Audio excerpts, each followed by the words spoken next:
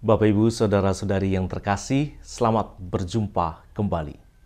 Dari perumpamaan Yesus tentang hakim dan janda, terbersit sebuah ajaran penting bagi Anda dan juga bagi saya, bahwa kita harus selalu berdoa tanpa putus asa.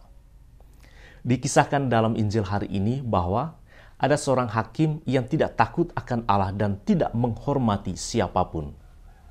Sementara janda itu seorang pribadi yang tidak putus asa menuntut haknya dipenuhi oleh hakim yang jahat itu. Memang tidak mudah bagi janda itu untuk menuntut haknya, sebab hakim itu bukanlah seorang hakim yang baik dan benar untuk memutuskan sesuatu berdasarkan hukum Musa. Sebab kalau kita membaca dalam teks Kitab Keluaran bab 18 ayat 21, seorang hakim haruslah seorang yang cakap dan takut akan Allah, dapat dipercaya, serta tidak menerima suap. Namun hakim dalam perumpamaan Yesus telah menggunakan wewenangnya sesuai keinginannya. Bahkan Yesus secara terus terang mendeskripsikan bahwa hakim itu mengabulkan permintaan janda itu bukan karena hakim itu berbelas kasih kepada janda itu, tetapi semata-mata karena janda itu selalu datang dan menyusahkan sang hakim. Lalu apa yang mau disampaikan Yesus kepada Anda dan juga kepada saya dari perumpamaan ini? Jika sang hakim yang terkenal jahat itu dapat mengabulkan permohonan sang janda, apalagi Allah yang di dalam dirinya hanya ada kebaikan, pasti mengabulkan permohonan kita. Dialah Bapa kita yang penuh belas kasih. Dia akan membenarkan umat pilihannya yang berseru kepadanya siang dan malam dan tidak mengulur-ulur waktu untuk membantu. Memang perlu kita ketahui bahwa cara Allah menjawab doa-doa kita tidak selamanya harus sesuai dengan waktu dan keinginan kita. Bisa saja Allah menjawab ya atas permintaan kita. Bisa juga tidak. Bisa juga Allah menjawab nanti dulu. Begitulah cara Allah menjawab doa kita. Dorongan dasar Allah mengabulkan doa kita bukan semata-mata atas desakan kita, tetapi atas dasar belas kasih-Nya. Cara Allah mengabulkan permohonan kita bukan semata-mata untuk memenuhi kebutuhan kita yang sekarang di dunia ini, tetapi juga demi keselamatan kekal. Oleh sebab itu, baiklah kita menjadikan doa Yesus di Taman Getsemani menjadi model doa Anda dan saya. Yesus dalam doanya di Taman Getsemani mengajarkan bahwa dalam doa kita dapat mengungkapkan apapun yang kita kehendaki. Sebagai pribadi yang ditantang dengan penderitaan, Yesus pernah mengucapkan kehendaknya kepada Bapanya.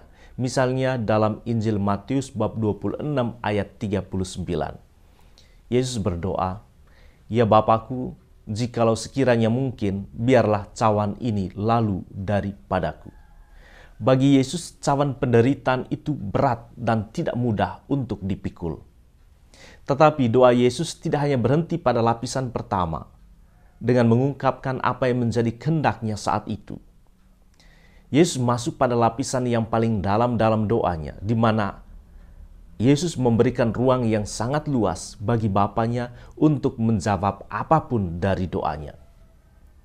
Oleh karena itu Yesus berdoa, "Tetapi jangan seperti yang ku kehendaki, melainkan seperti yang Engkau kehendaki."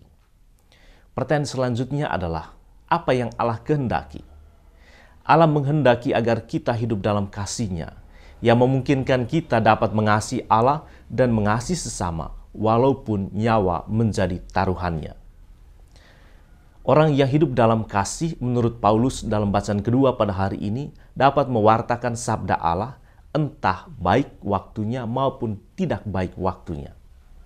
Oleh sebab itu, yang paling penting dalam setiap doa, bukanlah kehendak kita semata-mata, tetapi yang paling penting adalah bersatu dalam kasih Allah.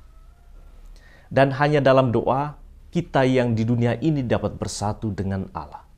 Bukankah dalam doa persatuan dengan Allah itu jauh lebih penting daripada segala permohonan dan permintaan kita?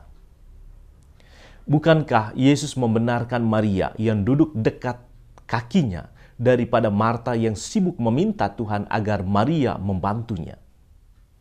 Katekismus Gereja Katolik nomor 2559 mengajarkan begini. Doa adalah pengangkatan jiwa kepada Tuhan atau satu permohonan kepada Tuhan demi hal-hal yang baik.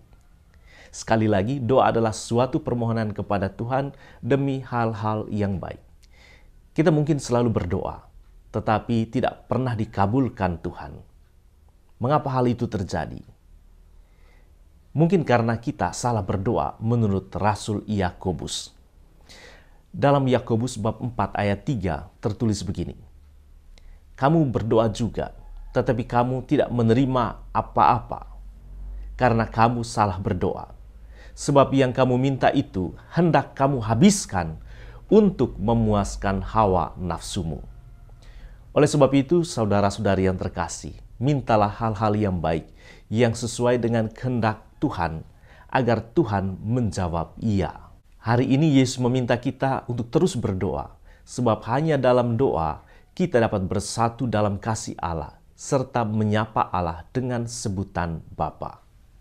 Bukankah suasana penuh kemesraan dengan Allah itu jauh lebih penting dari segala permohonan kita? Tuhan memberkati kita semua.